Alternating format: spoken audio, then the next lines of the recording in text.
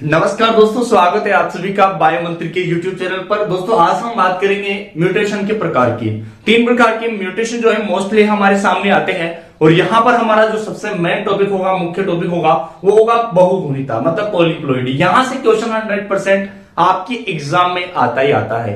तो भाई स्टार्टिंग से लेकर वीडियो को एंड तक जरूर देखना है, क्योंकि यहां से आपका क्वेश्चन जो है गलत नहीं होगा बिल्कुल भी। मैं आपको इस तरीके से पढ़ाऊंगा कि आपको एक बार पढ़ने के बाद में दोबारा सिर्फ रिवीजन करने की जरूरत है, ज्यादा इस तरीके से डिटेल में पढ़ने की जरूरत नहीं है। तो चलिए स्टार्ट करते हैं इंटरेस्टिंग तरीके से। यहाँ पर हमारे सामने 3 म्यूटेशन के टाइप आते हैं, जिसमें पहला टाइप है हमारे पास में कौन सा, जीनोमेटिक म्यूटेशन। दूसरा टाइप है क्रोमोसोमल म्यूटेशन और तीसरा टाइप आता है जीन म्यूटेशन।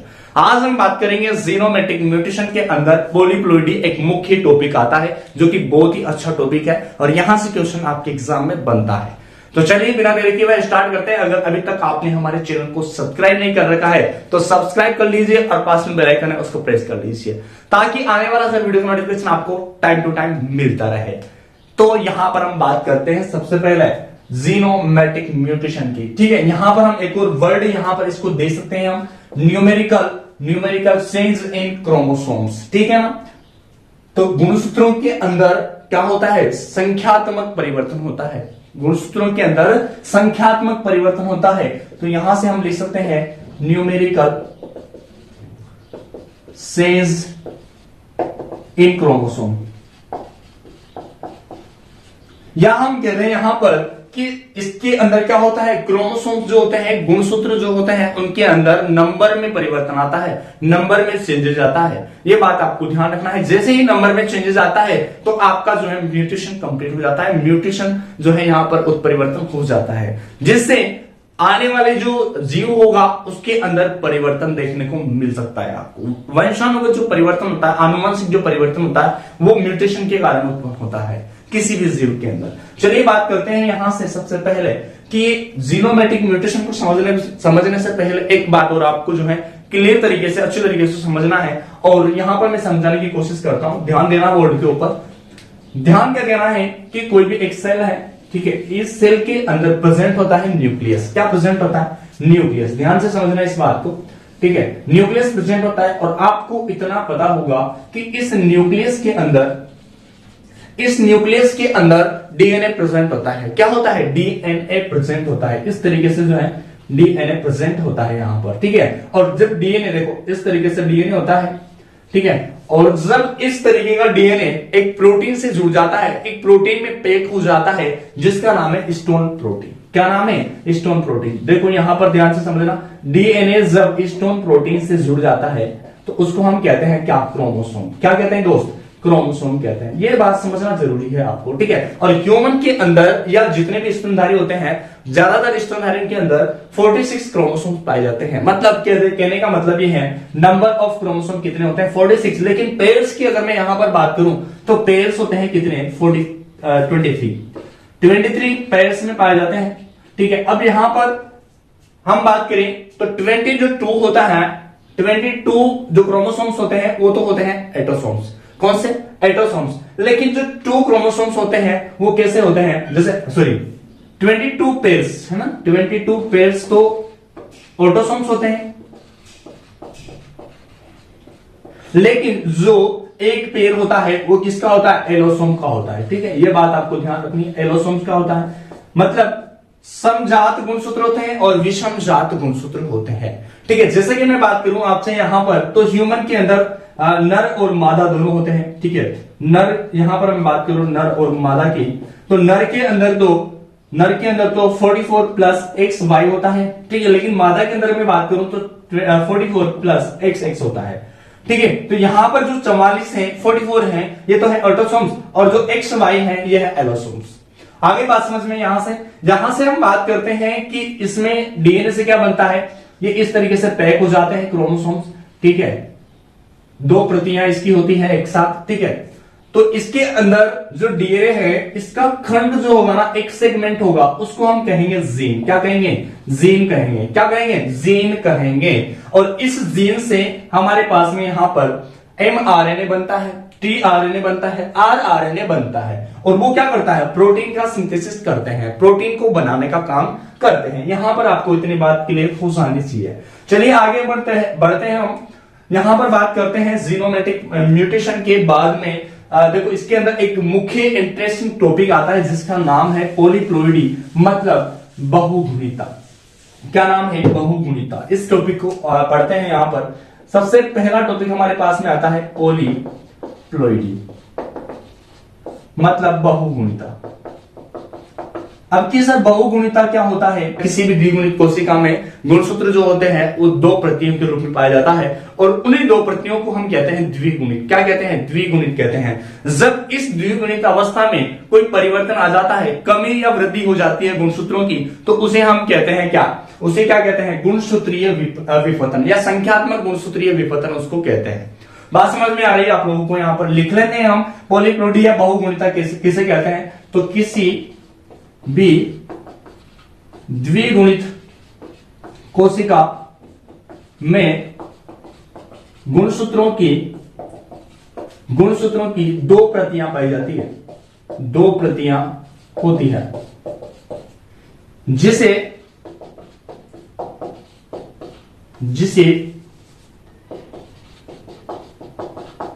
द्विगुणित अवस्था कहते हैं। जिसे क्या कहते हैं, द्विगुणित अवस्था कहते हैं, 2n कहते हैं। अगर इसके अंदर कोई भी गुणसूत्रों के अंदर कमी या वृद्धि होती है, किसी भी गुणसूत्र के अंदर कमी या वृद्धि होती है, तो उसे हम कहते हैं गुणसूत्रीय या संख्यात्मक गुणसूत्रीय विपतन। यहां तक बात क्लियर है, ठीक है। अब देखो बहुगुणिता का मतलब क्या है, इसके अगर हम उदाहरण यहां पर देखें तो उदाहरण से समझ सकते हैं कि इसके अंदर एग्जाम्पल आता है 2n, 3n, 4n। मतलब कहने का यह है कि द्विगुणित अवस्था से ज्यादा, मतलब क्रोमोसोम्स की संख्या यदि संख्या में परिवर्तन होता है या संख्या की बढ़ोतरी होती है, वृद्धि होती है, तो उसे हम कहते हैं बहुगुणिता, मतलब पॉलीप्लोइडी। एक और उदाहरण से समझ सकते हैं हम कैसे बहुगुणिता का जो गुण है या अवस्था है वो आती है किसी भी कोशिका के अंदर। यहां पर समझिएगा ध्यान से, ये कोई पेरेंट सेल है, ठीक है, कोई पेरेंट सेल है, ये द्विगुणित है, जिसके अंदर क्रोमोसोम की जो संख्या है वो है 6। कितनी है, 6 है। इस तरीके से क्रोमोसोम्स यहां पर मौजूद रहेंगे, ठीक है। अब यहां पर क्या होगा, इसके अंदर डिवीजन होगा। क्या होगा, डिवीजन होगा। तो जो डिवीजन है उसमें एरर आ गया भाई, क्या आ गया, एरर आ गया, मतलब फेल हो गया, डिवीजन नहीं हुआ। तो यहां पर क्या बनेगा, जो यहां पर बनेगा गैमेट्स बनेंगे, जो गैमेट्स बनेंगे भाई वो कैसे बनेंगे, वही 2n बनेंगे।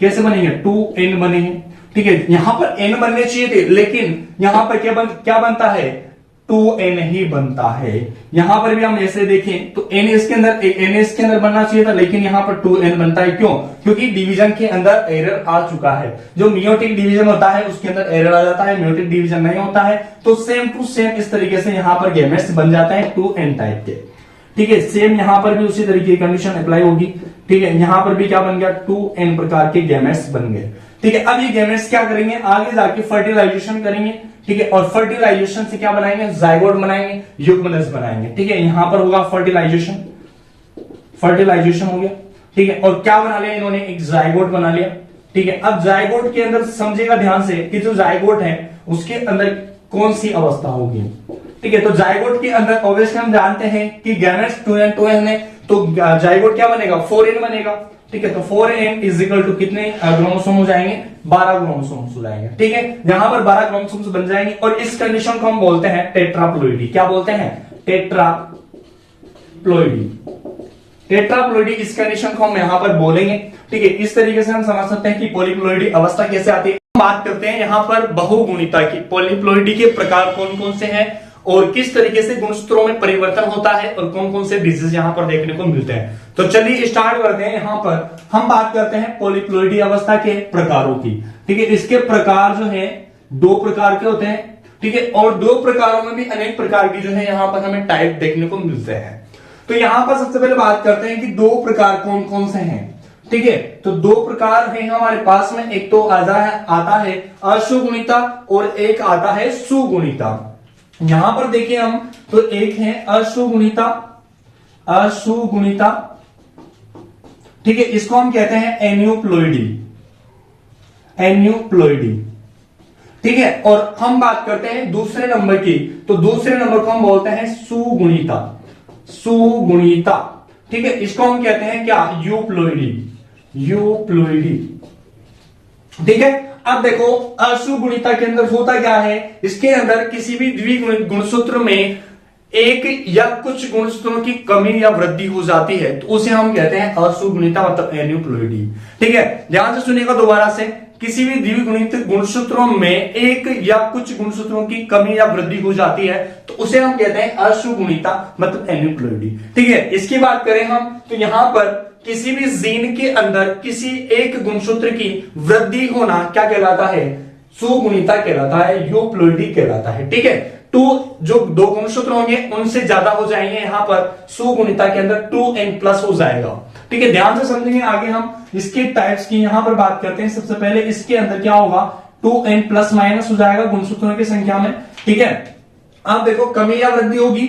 अब ये भी दो प्रकार का होता है, कितने प्रकार का होता है भाई साहब, दो प्रकार का होता है, ठीक है। दो प्रकार कौन कौन से हैं, एक तो है अधोगुणिता और दूसरा है अधिगुणिता।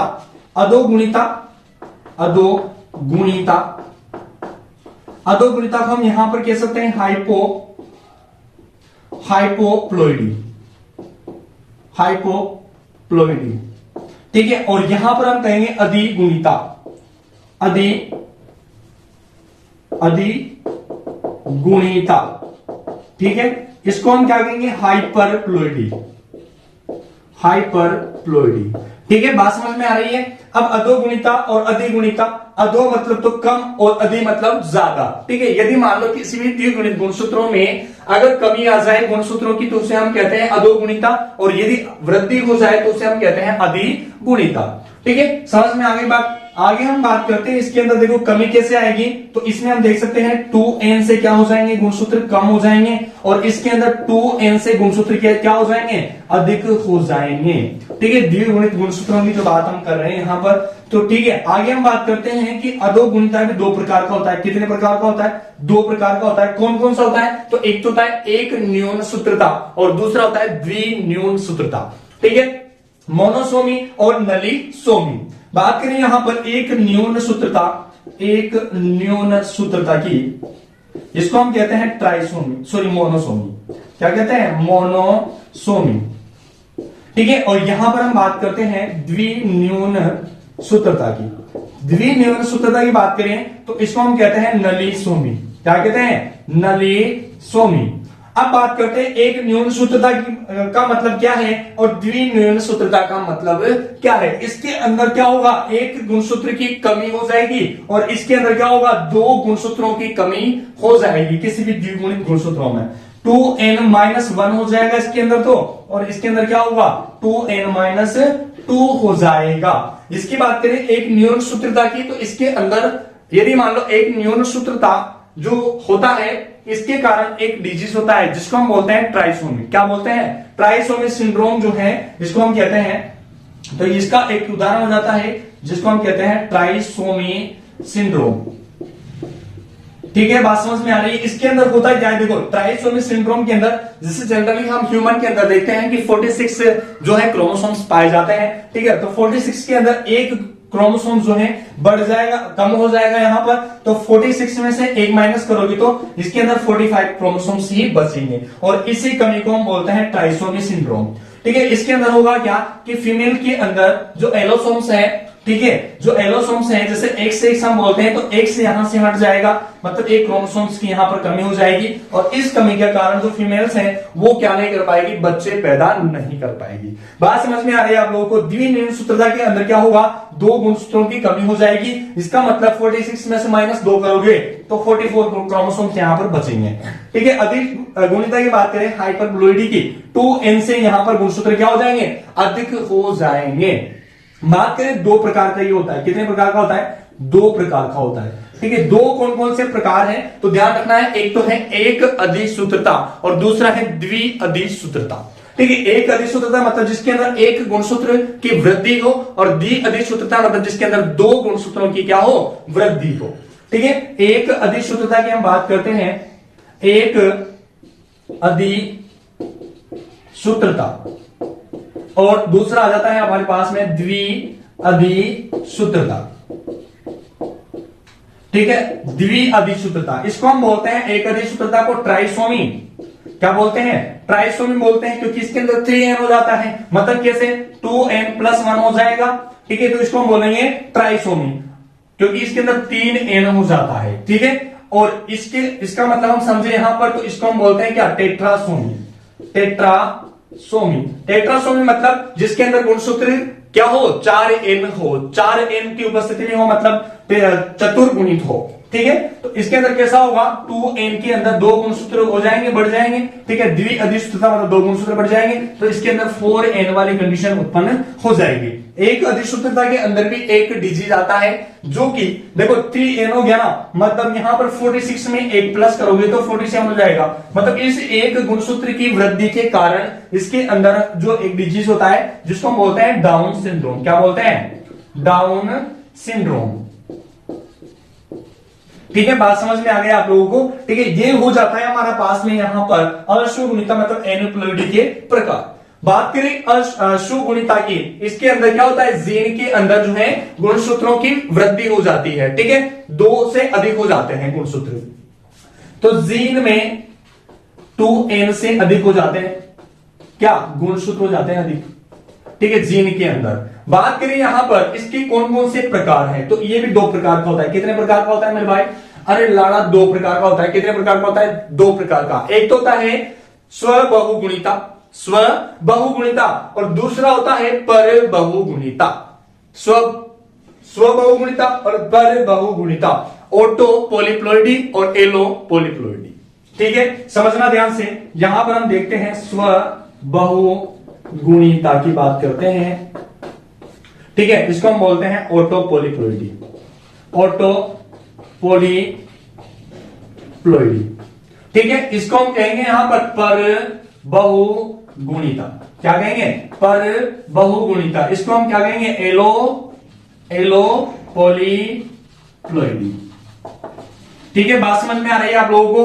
अब इसके अंदर होगा क्या? देखो, स्वबहुगुणिता के अंदर तो एक जो जीन होगा, एक जीन की वृद्धि हो जाएगी, एक जीन की क्या हो जाएगी? वृद्धि हो जाएगी, या एक जीन की एक ही प्रति यहां पर उपस्थित होगी। ठीक है, तो इसको हम बोलते हैं, इसके अंदर 3 प्रकार आते हैं। कितने प्रकार आते हैं? 3 प्रकार आते हैं। पहला प्रकार है मोनोप्लॉइडी, मोनोप्लॉइडी, या इसको हम कहते हैं हैप्लॉइड, हैप्लॉइड भी कहते हैं इसको। ठीक है, एक गुणिता, या फिर हम कह देते हैं इसको अगुणित। ठीक है, अगुणित हैप्लॉइड इसको कहते हैं, जिसके अंदर गुणसूत्रों की संख्या या गुणसूत्र जो है एक ही जीन उपस्थित होगी, एक ही प्रति यहां पर उपस्थित होगी जीन की।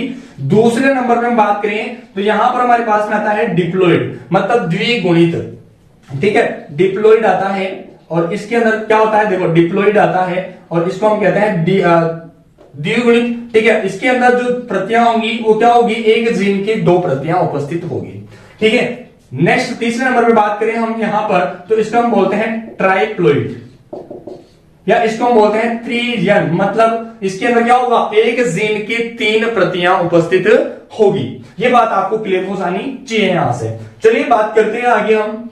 यहां पर परबहुगुणिता के भी कितने प्रकार हैं? 2 प्रकार हैं। कितने प्रकार हैं? 2 प्रकार है भाई साहब। ठीक है, पहला प्रकार है आपके पास में पर चतुर्गुणिता, पर चतुर्गुणिता। दूसरा प्रकार है पर षटगुणिता, पर चतुर्गुणिता, पर षटगुणिता। चतुर मतलब 4 और षट मतलब कितना? 6। तो यहां पर हम देख लेते हैं पर चतुर्गुणिता। ठीक है, पर चतुर्गुणिता मतलब इसको हम कह सकते हैं टेट्रा पॉलीप्लॉइडी, टेट्रा पॉलीप्लॉइडी। ठीक है, और यहां पर एक और इसके अंदर देखो, इसके अंदर कैसे होगा? 2n1 + 2n1 2। ठीक है, इसके अंदर क्या होगा?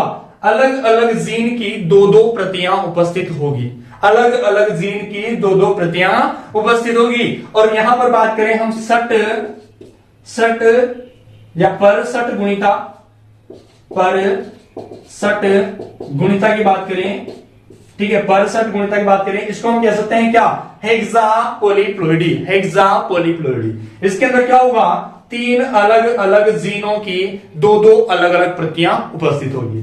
ठीक है, इसके अंदर कैसा होगा, 2n1 plus 2n2 plus 2n3, ये अलग अलग जीनों की अलग अलग प्रतियां होती है।